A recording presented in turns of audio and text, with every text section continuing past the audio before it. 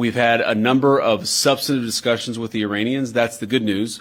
The bad news is that we have not reached an agreement, and I think that's bad news for Iran much more than it's bad news for the United States of America. So we go back to the United States having not come to an agreement. ሰላም ጤና ይስጥልን በመላው ዓለም ለምትገኙ የቻናላችን ተከታታዮች በሙሉ እንደምን አላችሁ እንደምን ቆያችሁ ለክርስትና እምነት ተከታዮች በሙሉ እንኳን ለጌታችን ለመድኃኒታችን ለኢየሱስ ክርስቶስ የተንሳኤ በዓል በሰላም በጤና አደረሳችሁ ከአሜሪካና ከኢራን ድርድር ጋር ተያይዞ ሰበር አስቸኳይ አንገብጋቢ አሁን የወጣም ዓለም ሁሉ የተጨነቀበትና ዓለም ሁሉ ጉድ ያለበት ዜናና መረጃ ወጥቷል በፓኪስታን ሲካሄድ የቆየው የአሜሪካና የኢራን ድርድር ያለምንም ውጤት ሙሉ በሙሉ መበተኑ ተሰማ ከኢራን ጎን እንዳይስማሙ ያደረጓቸው ነጥቦች ምን ነበሩ ከአሜሪካ ጎን እንዳይስማሙ ያደረጓቸው ነጥቦች ምን ነበሩ አሁን የወጡ ሰበር በዚህ ዙሪያ የተዘጋጁ ዜናዎችንና መረጃዎችን ይዘን መተናል አብራችሁን ቆዩ እናንተ የዩቲዩብ ቻናሉን ሰብስክራይብ ያደረጋችሁ መረጃዎችንና ዜናዎችን ተከታተሉ እኔ ደግሞ ዜናዎችንና መረጃዎችን ለእናንተ በሚመጥን መልኩ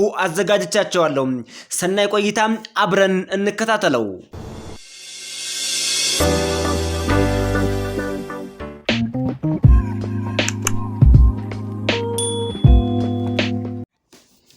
በፓኪስታን ኢስላማባድ ለ21 ሰዓታት እየተካሄደ የነበረው የአሜሪካና የኢራን ታሪካዊ የቀጥታ ድርድር ምንም አይነት ስምምነት ላይ መድረስ ሳይቻል ሙሉ በሙሉ መፈራረሱና መበተኑ ተሰማ ይህ ድርድር እንደ ፈረንጆቹ አቆጣጠር ከ1979 በኋላ በአሜሪካና በኢራን መካከል ለመጀመሪያ ጊዜ ፊት ለፊት የተደረገ ድርድር ነው ተብሏል የውይይቱን ዋና ነጥቦች በተለይ ደግሞ ከኢራን ጎን የተነሱና ከአሜሪካ ጎን የተነሱ እንዲሁም ስምምነት ላይ ያልተደረሰባቸው እጅግ ያልተጠበቁ አነጋጋሪ ነጥቦችን ከማቅረባችን በፊት በዚህ ድርድር ዙሪያ የአሜሪካው ምክትል ፕሬዝዳንት ጄዲ ቫንስ የሰጠው አስተያየት በመላው ዓለም አግራሞትን ፈጥሯል ሁኔታውም ድንጋጤን ፈጥሯል ነው የተባለው የአሜሪካው ምክትል ፕሬዝዳንት ጄዲ ቫንስ እንደተናገረው ኢራን የአሜሪካን ውል ላለመቀበል መርጣለች ብለዋል አክለውም የውሉ መፍረስ ጉዳቱ ከአሜሪካ ይልቅ ለኢራን እንደሚበልጥ ገልጸዋል አሜሪካና ኢራን በዚህ ድርድር ላይ ስምምነት ላይ አለመድረሳቸው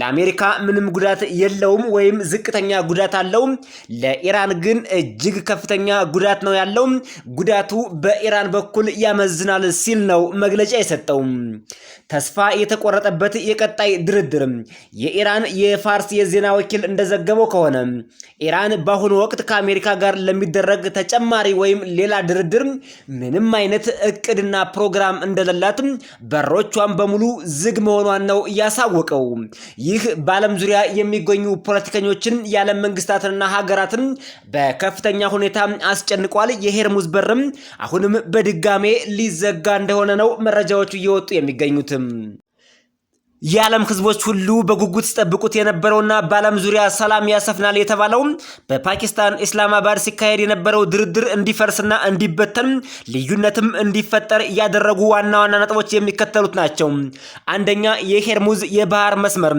ስትሬት ኦፍ ሄርሙዝ የሚባለው ነገር ነው በዚህ ዙሪያ የኢራን አቋም እንዲህ ነው በስትሬት ኦፍ ሄርሙዝ መተላለፊያ ላይ ሙሉውን የመቆጣጠር ስልጣን የኢራን ይሆናል በዚህ መስመር የሚያልፉ መርከቦች በሙሉ ለኢራን እየገበሩ ያልፋሉ የሚል አዲስ የድርድርና አዲስ የባህር መስመር ህግ ይዛ ኢራን በድርድሩ ላይ ብቅ አለች ለመሆኑ ከጦርነቱ በፊት ይህ መስመር እንዴት ነበር የሚተዳደረው በዚህ መስመር የሚያልፉ መርከቦችስ ቀረጥ ወይም ግብር ለኢራን ይከፍሉ ነበር ወይ ይገብሩስ ነበር ወይ የሚለውን ባጭሩ ላስቃኛችሁ ከየካቲት 2026 ጦርነት በፊት የዓለም አቀፍ ህግ በዚህ የባህር መስመር ላይ እንዲህ ነበር የሄርሙዝ የባህር መስመር በዓለም አቀፍ ህግ ትራንዚት ፓሴጅ ተብሎ የሚታወቅ ሲሆን ማንኛውም መርከብ ያለምንም ክፍያና ያለ ገደብ እንዲያልፍ ይፈቀድ ነበር ይህም ሲደረግ ቆይቶ ነበር ነፃ እንቅስቃሴ በቀን በአማካኝ ከ130 እስከ 200 የሚሆኑ ግዙፍ መርከቦች ያለምንም የኢራን ፍቃድ ወይም ያለምንም ቀረጽና የኢራን ግብር በዚህ መስመር ላይ በነፃ ያልፉ ነበር ኢራን የነበራት ሚና ኢራን አካባቢውን በባህር ኃይሏ ተቆጣጣር ነበር እንጂ መርከቦችን አታስቆምም ወይም ደግሞ ቀረጥም አታስከፍልም ነበር ኢራን እንደዚህ አይነቱን ነገር ያመጣቸው ከዚህ ጦርነት በኋላ ነው ከጦርነቱ በኋላ ምን ተከሰተ አዲስ የክፍያ ስርዓት ኢራን ዘረጋች ጦርነቱ ከተጀመረ በኋላ ኢራን በወንዙ ላይ ወይም በስትሬት ኦፍ ሄርሙዝ ላይ በመዝራትና ጥቃቶችን በመሰንዘር መንገዱን ተቆጣጥረዋለች። አሁን ግን መርከቦች በሰላም እንዲያልፉ ከ1 እስከ 2 ሚሊዮን የአሜሪካ ዶላር በአንድ ጊዜ መክፈል አለባቸው ወይም ደግሞ ለአንድ በርሚል ነዳጅ 1 የአሜሪካ ዶላር መክፈል አለባቸው ነው የተባለው። ይህ በበርካታ አገራት ላይ ከፍተኛ ጭንቀትን ፈጥሯል። በዓለም ዙሪያ የነዳጅ ዋጋ እንዲጨምርና የዓለም ኢኮኖሚም እንዲንኮታኮት የኑሮ ውድነትም ጣራ እንዲነካ እንደ ትልቅ ምክንያት ሆኗል ነው የተባለው። ሁለተኛ ከጦርነቱ በኋላ የመጣው ነገር የፍቃድ ስርዓት ነው። አሁን መርከቦች ቀድመው ለኢራን አብዮታዊ ዘበኛ IRGC ማሳወቅና ፍቃድ ማግኘት አለባቸው። ይህን ካላደረጉ ግን በኢራን ሚሳኤሎች በቀጥታ ይመታሉ፣ ታርጌት ውስጥም ይገባሉ። አስገዳጅ አቅጣጫ ነው። መርከቦች ባለም አቀፍ መስመር ፈንታ አሁን ወደ ኢራን ጠረፍ በቀረበው ሰሜናዊ ኮሪደር በዚህ ብቻ እንዲጓዙ ኢራን አስገዳጅ ሕግ አውጥታለች። ምክንያቱም ከዚህ በፊት የነበረው ዓለም አቀፉ ጠረፍና መስመር ወይም ዓለም አቀፉ ስትሬት ኦፍ ሆርሙዝ በኢራን ሙሉ በሙሉ በቁጥጥሯ ስር ላይገባ ስለሚችል ወደ ኢራን ጠጋ ባለው በሰሜናዊ ኮሪደር አካባቢ መርከቦች በሙሉ እንዲያልፉ ኢራን አዲስ አስገዳጅ ሕግ አውጥታለች። ይህንንም ያደረገችበት ምክንያት በዚህ መስመር ወደ ኢራን ጠጋ ብለው በሰሜናዊ ኮሪደር አካባቢ ሳልፉ ቀረጽ ለመቀበል እንዲያመቻት መሆኑ ነው የዓለም አቀፍ የዜና አውታሮችና የፖለቲካ ተንታኞች የሚያስቀምጡት። ኢራን መቼም አልተቻለችም። የአሜሪካ አቋም በዚህ የባህር መስመር ላይ ምን ነበር? ልዩነትስ እንዴት ፈጠረ? የባህር ላይ ነፃነት እንዲከበር መንገዱ ክፍት እንዲሆንና ምንም አይነት ክፍያ ወይም ቀረጽ እንዳይኖር የአሜሪካ መንግስት ትኩረት ሰጥቶ በድርድሩ ላይ ዋናውን ነጥብ አቀረበ። የባህር ላይ ፈንጂዎችን ማንሳትን በተመለከተ በስትሬት ኦፍ ሆርሙዝ በሚባለው አካባቢ ኢራን ያጠመደቻቸውን ቦምቦች አሜሪካ እኔ ራሴ አከሽፋቸዋለሁ፣ አነሳቸዋለሁ የሚል ሐሳብ በድርድሩ ላይ አቀረበች። ኢራን ግን ይህ የደህንነትና አጠቃላይ የሉዓላዊ ግዛቴ ዋና መገለጫ ስለሆነ ማንም ሀገር መጥቶ እነዚህን ፈንጂዎች ማንሳት አይችልም ስትልም ድርድሩን በይፋ አፍርሰዋለች። የለም በዚህ መስመር የሚያልፉ መርከቦች በሙሉ ለኔ ቀረጽና ግብር መክፈል አለባቸው ያለች ሲሆን አሜሪካ ግን ምንም አይነት ቀረጽ መኖር የለበትም፣ ነፃ የባህር ላይ እንቅስቃሴ ይኑር ስትልም ሁለቱ ሀገራት በፓኪስታን በፓኪስታን ኢስላማባድ በተካሄደው ድርድር ላይ ሳይስማሙ ተበትነዋል። ቀጣዩ የድርድሩን መበተን እንደ ትልቅ ምክንያት ያደረገውና ቀጣዩ አሜሪካና ኢራን በፓኪስታን ኢስላማባድ ሳይስማሙ እንዲበተኑ ያደረጋቸው ትልቁ ነጥብ ደግሞ የኒውክሌር ፕሮግራም ነው።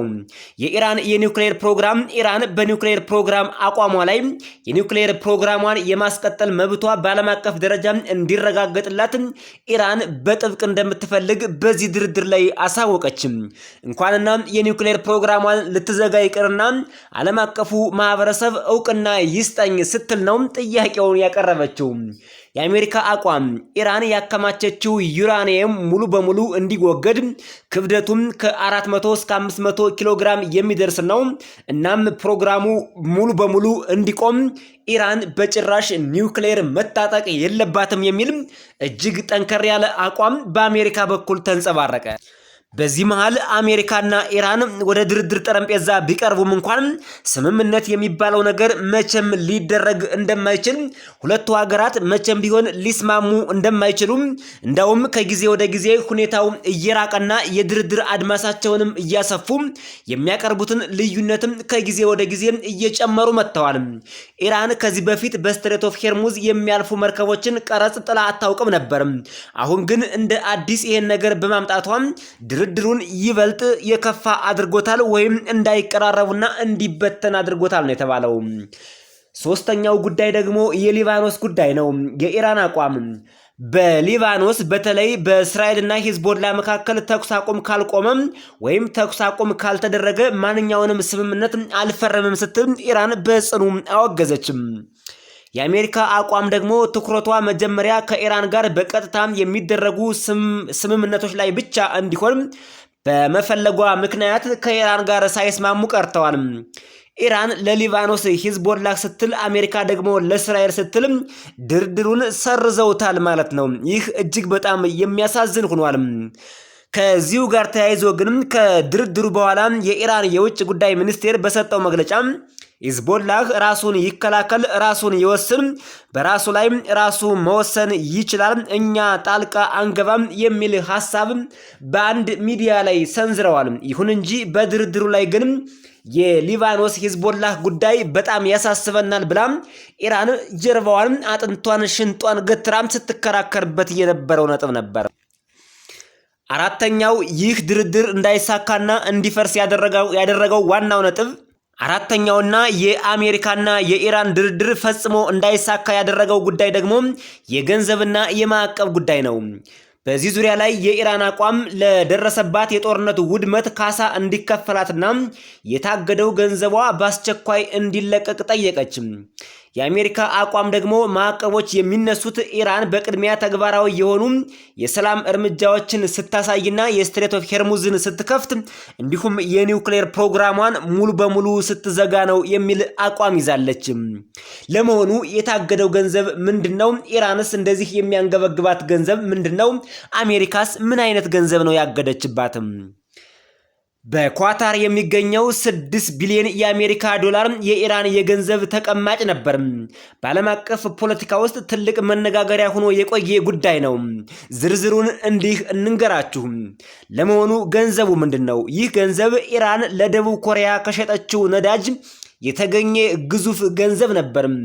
ኢራን ገንዘቡን በደቡብ ኮሪያ ባንኮች ውስጥ አስቀምጠው የነበረ ሲሆን አሜሪካ በኢራን ላይ ባወጣችው የኢኮኖሚ ማዕቀብ ምክንያት ገንዘቡ እንዳይንቀሳቀስ ማገድ ችላለች። እንደ ፈረንጆቹ አቆጣጠር በ2023 አጋማሽ በዚህ ላይ አሜሪካና ኢራን ባደረጉት የእስረኞች ልውውጥ ስምምነት መሰረት ገንዘቡ ከደቡብ ኮሪያ ወጥቶ ወደ ኳታር ማዕከላዊ ባንክ እንዲዛወር ተደረገ። የገንዘቡ ብዛት ደግሞ 6 ቢሊዮን የአሜሪካ ዶላር ነበር። 6 ቢሊዮን የአሜሪካ ዶላር ነው። ኳታር ገንዘቡን የያዘችው እንደ ታማኝ መካከለኛ ሀገር ሆና ሲሆን ስምምነቱ ገንዘቡ ለሰብአዊ ድጋፎች ብቻ ለምሳሌ ለምግብና ለመድኃኒት ብቻ ሆኖ ወደ ኢራን እንዲለቀቅ የሚል ስምምነት ተስማምተው ነበር። ገንዘቡን ማን አገደው? ለምን ታገደ? ገንዘቡን ያገደችው አሜሪካ ናት ወይም የአሜሪካ መንግስት ነው። መጀመሪያ ላይ በፕሬዝዳንት ትራምፕ አስተዳደር ወቅት በተጣለው ጠንካራ ማዕቀብ ምክንያት በደቡብ ኮሪያ ታግዶ ነበር። በድጋሜ የታገደበት ምክንያት ደግሞ በ2023 ገንዘቡ ወደ ኳታር ተዛውሮ ለኢራን ጥቅም ላይ እንዲውል ፍቃድ ተሰጥቶ የነበረ ቢሆንም ነገር ግን እንደ ፈረንጆቹ አቆጣጠር ጥቅምት 7 2023 በሐማስና በእስራኤል መካከል ጦርነት ከተቀሰቀሰ በኋላ የአሜሪካ መንግስት ከኳታር ጋር በመስማማት ገንዘቡ ለጊዜው እንዳይንቀሳቀስ በድጋሜ ማገዱ ተበሰረ። ዜናውም በዓለም ሁሉ በርካቶችን አስጨነቀ። ለዛ ነው ኢራን ኳታርን ደጋግማ ስትደበድባት የነበረው። ምክንያቱ ደግሞ ኢራን ለሐማስ ድጋፍ ስለምታደርግ ይህ ገንዘብ ለሽብር ተግባር እንዳይውል በሚል በአሜሪካ ኮንግረስ አባላት በተደረሰ ከፍተኛ ስምምነትና ግፊት ነው ተብሏል። የተከበራችሁ አድማጭ ተመልካቾቻችን ለዛሬ የአሜሪካና የኢራን ድርድር የከሸፈበትና ድርድሩ የተበተነበትን ከኢራን ጎንና ከአሜሪካ ጎን የነበሩ ጽኑ አቋሞችን ያቀረብንበት የአየር ሰዓት በዚህ ተጠናቋል። በሌሎች ተመሳሳይ ቪዲዮዎች እስከምንገናኝ በያላችሁበት ሰናይ ቆይታ እየተመኘን ይህን የዩቲዩብ ቻናል ከዚህ በፊት አይታችሁት ሰምታችሁት የማታውቁ ከሆነ ሰብስክራይብ አድርጋችሁ የደወል ምልክቷን ብትጫኑ ተመሳሳይ ዜናዎች፣ ዓለም አቀፍ መረጃዎች ከአሜሪካ ኢሚግሬሽን ጋር የተያያዙ ከአሜሪካ ኑሮና ከአሜሪካ ታክስ እንዲሁም አጠቃላይ ከእንደዚህ አይነት መረጃዎች ጋር የተያያዙ ዜናዎችንና መረጃዎችን ከመቅጽበት ከእጃችሁ ላይ እናደርስላችኋለን። በዚህ የዩቲዩብ ቻናል የሚለቀቁ መረጃዎች እንዲደርሷችሁ ከፈለጋችሁ ይህን አድርጉ። ነገር ግን በሆነ አጋጣሚ ዜናዎቹና መረጃዎች ኖቲፊኬሽን ላይ ካልመጡላችሁ ኢትዮ ቨርቴክስ ብላችሁ በእንግሊዘኛ ሰርች ብታደርጉም ዜናዎቹ በየጊዜው ሲለቀቁ ቪዲዮ የሚለው ውስጥ በቀጥታ ታገኟቸዋላችሁ።